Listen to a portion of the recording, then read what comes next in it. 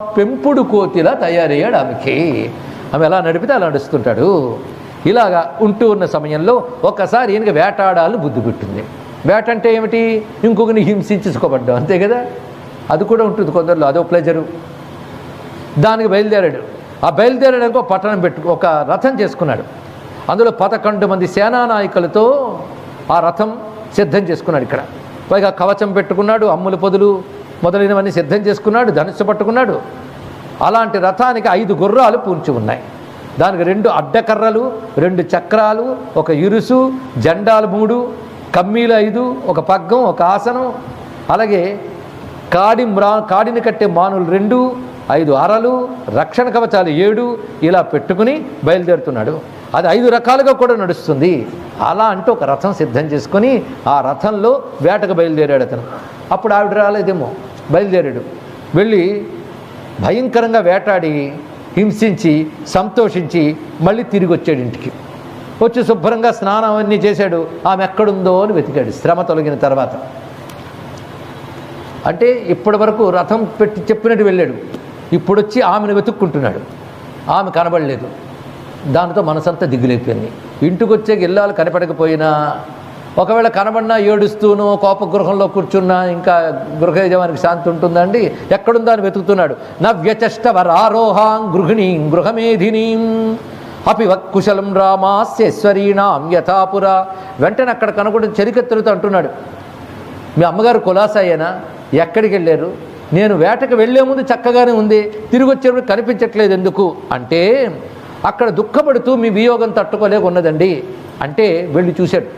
అచ్చం దశరథుడు వెళ్ళినప్పుడు కైకేయి ఎలా ఉన్నదో అదేవిధంగా భూతలే నిరవస్తారే శయానాం పశ్య, అక్కడ పడుకున్నది చూడు అని చెప్పినప్పుడు భూమిపై ఒక పరుపు కూడా లేకుండా కట్టికే నేల మీద పరున్నదాన్ని చూసి ఆమె దగ్గరికి వెళ్ళిపోయి, దుఃఖపడుతున్నావా అని ఒళ్ళోకి తీసుకుని అనునయిస్తూ బుజ్జగిస్తూ ఉన్నాడు. ఇలాగా ఆమెను అనునయించడమే బతుకైపోయింది. వీడు మాస్టరీ సంపాదించాడు. దేంట్లో అంటే ఆమెని తనకు అనుకూలంగా మార్చుకోవడంలో, ఆమెను అనునయించడంలో, అంటే భార్యని సముదాయించడంలో నేర్పరైపోయాడు అతను. కొందరికి నేర్పడతనం తప్పదు. అనునిన్యేత శనకైర్ వీరో అనునయ కోవిద, గొప్ప టైటిల్ ఇచ్చాడండి వాడికి. అంటే భార్యని సముదాయించడంలో మహాపండితుడు, అది ఇక్కడ అర్థం. అనునయ కోవిద పస్పర్శ పాదయుగళం, ఎంత స్థితికి వెళ్ళిపోయాడంటే ఆమె పాదాలను పట్టుకు దండం పెట్టేట, నువ్వు ప్రసన్నమవ్వా అని అక్కడ. అలాగే ఒళ్ళో తలపెట్టుకుని నిమిరాడు. ఎంతో చేసిన తర్వాత అప్పుడు పైగా ఏమన్నాడంటే, నీకెవడు అపరాధం చేసాడో చెప్పు, వాడిని శిక్షించి తీరతాను, వాడిని సంహరిస్తాను, తన్మే ప్రసీద, నా పట్ల ప్రసన్నుడు అవు. ఈ ప్రసీద అని భగవంతుని అండం బదులు ఆవిడంటున్నాడు. మొత్తానికి కొంతసేపటికి ఆమె కొంచెం సముదాయింపబడింది. ఇంకా అక్కడి నుంచి మళ్ళీ సుఖంగా ఉంటూ ఉన్నారు. ఇది ఎప్పుడు మామూలు అయిపోయింది. వేటకెళ్ళి రావడం, ఈమెను అన్నయించడం, మళ్ళీ హాయిగా గడపడం, ఇలా జరుగుతూ ఉంటే ఒకసారి ఒక ఆశ్చర్యం. అన్ని రోజులు ఒక్కలాగుంటాయండి. చిత్రంగా జరిగిన విషయం ఏంటంటే, ఆమెతో ఇతను ఆనందంగా గడుపుతూ ఉంటే కాలమంతా అర్ధక్షణంలా అయిపోయింది. క్షణార్థమివ రాజేంద్ర వ్యతిక్రాంతం నవం వయ.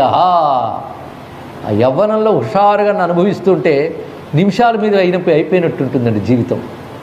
ఆ తర్వాత తెలుస్తుంది క్షణం క్షణం దుర్భరం.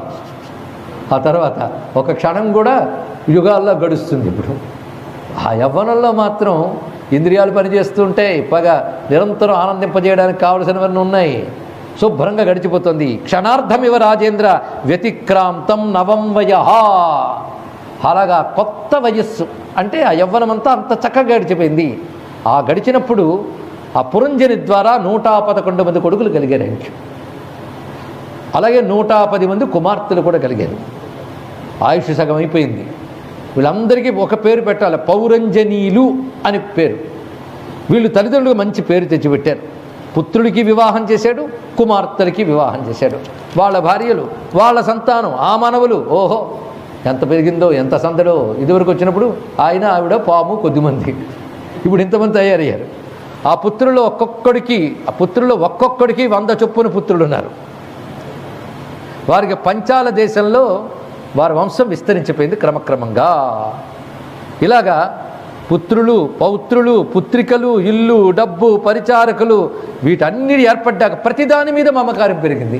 ఇదివరకు ఆయన మీద ఆవిడ మీద ఈయనకి ఉండేది. ఇప్పుడు అన్నిటి మీద మమకారం. ఎంత పెరుగుతుంటే మమకారం ఎక్స్టెండ్ అవుతుండే. అది ఎంత ఎక్స్టెండ్ అవుతుందో అంత తలనొప్పి తయారవుతుంది ఇక్కడ. కనుక ఇవన్నీ కూడా పెరిగాయి. వీటన్నిటి మీద నిరూఢేన మమత్వేన విషయేష్వన్వబధ్యత, నిరూఢమైన మమత్వం ఏర్పడింది. అంటే నాది అనే భావం దృఢపడిపోయింది. ఇంకా ఇవన్నీ క్షేమంగా ఉండాలి కదా ఉన్నవన్నీ. అందుకోసం వాళ్ళు బాగుండాలని పితృకర్మలు చేయడం, దేవకర్మలు చేయడం, భూతపతుల్ని సంతృప్తిపరచడం, ఇలాంటివన్నీ చేయడం మొదలుపెట్టాడు. అంతే కదండి మనం చేసే దేవయాగాలు, ఇంట్లో దేవుడి పూజలు, 2 పూట్ల దేవత వ్యతాపం పెట్టుకోవడం, పితృకర్మలు ఎందుకు చేస్తాం? పిల్లలు బాగుండాలి, మనవులు బాగుండాలి, అంతే కదండి. అంతాయికి దండం పెట్టేది అదే. అందుకు వాటి కోసం చేస్తున్నాడు ఇవన్నీ కూడాను. ఇలా ఉంటూ ఉండగా వీటిల్లోనే మునిగిపోయి ఏమరపాటుగా ఉన్న అతనికి ప్రమత్తస్య మాట వేశాడు.